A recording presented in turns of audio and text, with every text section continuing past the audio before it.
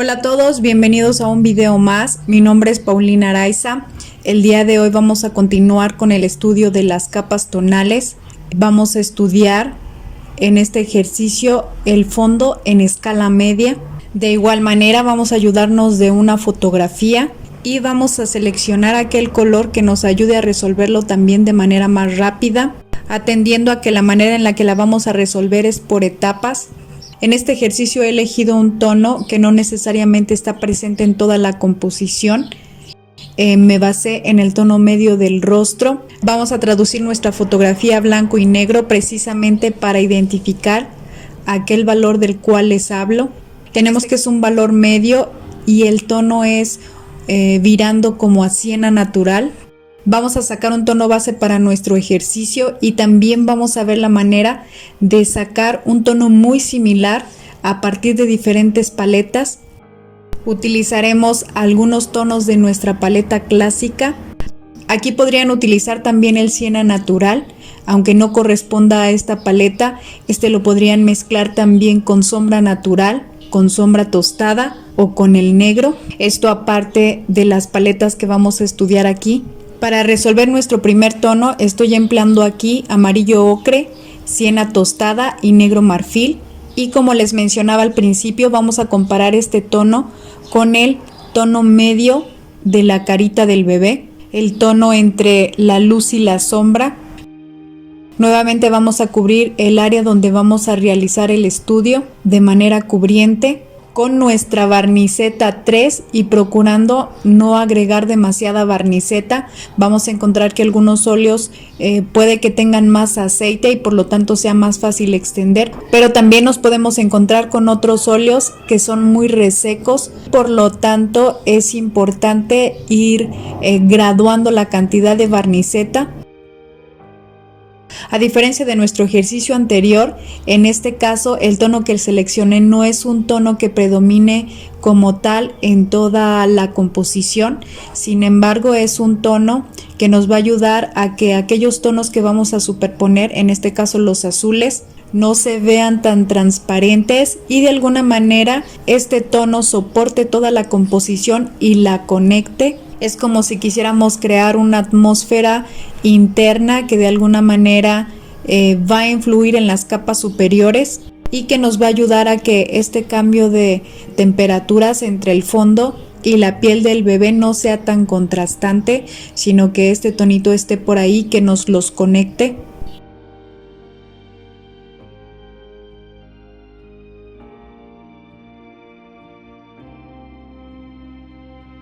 Vamos a pintar también las columnas del centro, en las cuales vamos a hacer el estudio de la transición de la luz a la sombra, como en nuestro video anterior, y dejar también aquí el registro de la paleta que empleamos para este primer tono. Cuando en el motivo o el retrato que vayamos a hacer no existe un tono que lo unifique o que esté presente en toda la composición, lo que yo hago es prestar atención a aquel elemento que es más importante. En este caso, como es un retrato, atiendo precisamente a un tono que esté presente en el rostro y la intención es que los demás tonos se subordinen.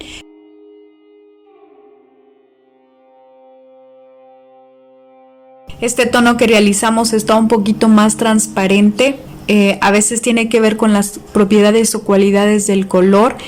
Una vez seco pueden realizar una segunda capa y lograr que el tono nos quede lo mayor uniforme posible, tratando siempre de que no nos excedamos en la cantidad de pintura. Incluso es preferible darle 2 capas a querer saturar de una sola. Esta lámina, a diferencia de nuestra lámina anterior, es una loneta de textura media. Podríamos decir que en grandes formatos se presta mejor a realizar transiciones de luz y sombra en scumbling o en pincel seco o en restregado.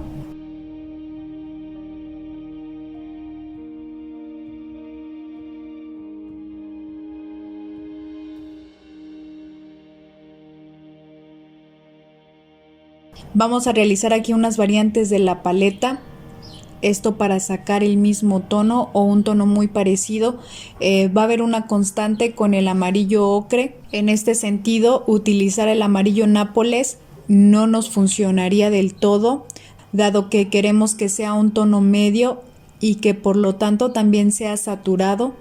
En la primera variante de la paleta vamos a utilizar el siena tostada y el sombra tostada. Aquí podemos notar que el tono es muy parecido, aunque a mí me da la sensación de que nuestro tono anterior que tiene negro es un poquito más opaco, un poquito más muerto. Es una maravilla hacer este tipo de ejercicios y, como les mencionaba anteriormente, no casarnos con una paleta, sino tratar de indagar en nuevas formas de sacar un mismo tono. Y otra cosa que es importante mencionar y que es una de las recomendaciones de la pintura al óleo es tratar de hacer un tono con el menor número de pigmentos, digamos, utilizar de 3 a 4 colores para obtener un tono. Esto porque al emplear varios tonos, lo que podría ocasionar posteriormente es que nuestro tono se oscurezca con el tiempo.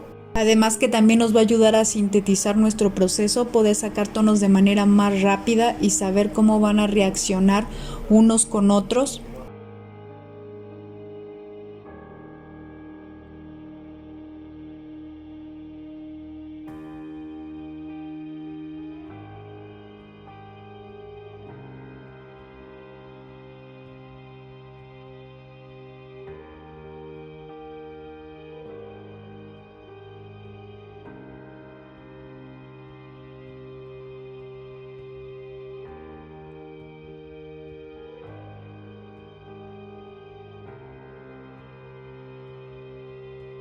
En esta segunda paleta vamos a utilizar el vermellón y vamos a utilizar también el azul ultramar.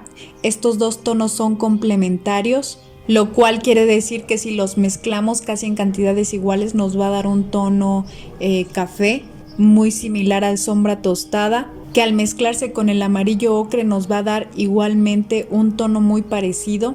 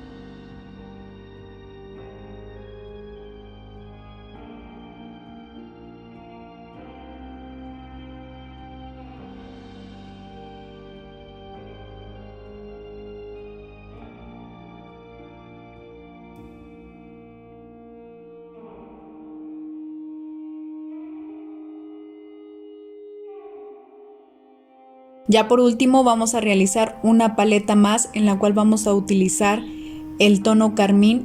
Si se fijan, hay también una constante con el color rojo, aunque no tenga que ser directamente este tono. Sin embargo, estos 3 tonos utilizados en la parte central guardan esa relación en el que de alguna manera tienen ese pigmento rojo que necesitamos.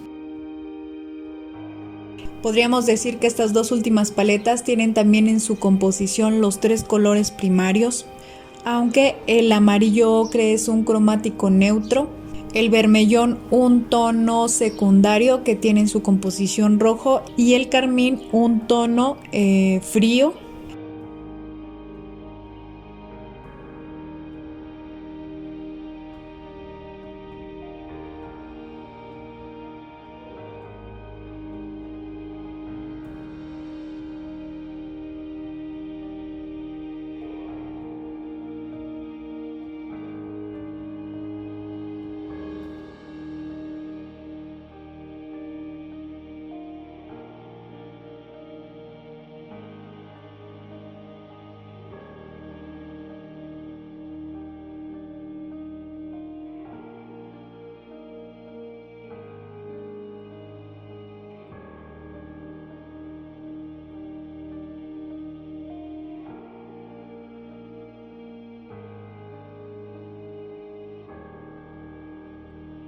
Una vez que ya nuestros tonos estén secos y podamos manipular o trabajar arriba de estos, apoyándonos de manera que no nos manchemos ni manchemos la lámina, vamos a proceder a hacer esta transición de la luz y la sombra en las dos columnas centrales.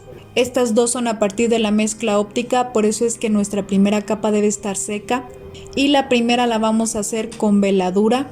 Vamos a utilizar el blanco de zinc para hacer la transición hacia la luz y el negro marfil para hacer la transición hacia la sombra, aunque al aplicarlos lo vamos a hacer de manera invertida. Vamos a trabajar de la luz y la oscuridad hacia el tono medio. Aquí estamos utilizando el blanco de zinc, con lo que se pueden encontrar en este caso al utilizarle es que pueda que no les cubra bien el tono medio.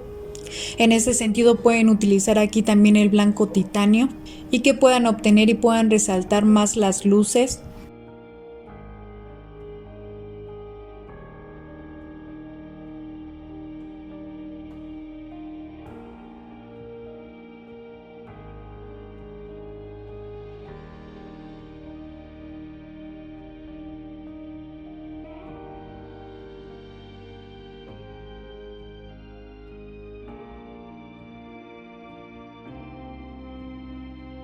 En la segunda columna vamos a trabajar en seco, con pincel seco, también se le conoce como scumbling o restregado. Esto por el movimiento que realizamos con el pincel. Vamos a utilizar el blanco de titanio, que es más opaco, y el negro humo. Y de igual forma vamos a hacer esa transición de la luz y la oscuridad hacia el tono medio.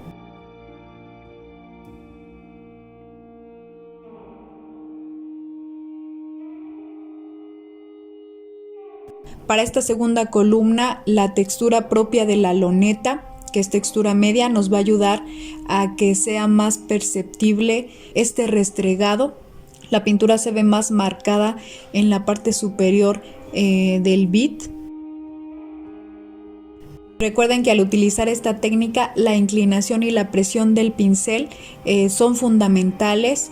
Y también cuidar siempre que el pincel no tenga exceso de pintura. Luego, para querer rescatar o querer sacar la pintura, pues nos va a dar efectos no tan deseables.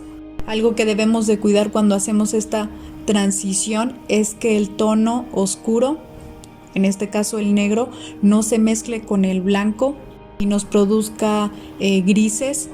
Debe haber siempre una desconexión entre estos dos.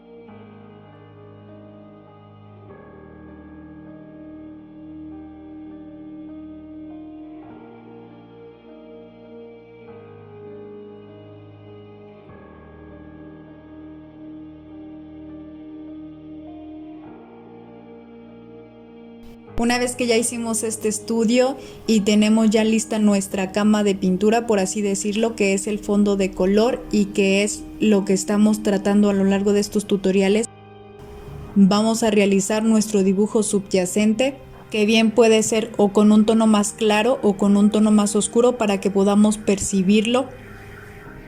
Si van a utilizar un tono blanco, yo les recomiendo utilizar el de zinc, de manera que sí percibamos la línea, pero que esta tampoco nos quede tan marcada y que nos pueda afectar, sobre todo si la línea va en zonas de sombra.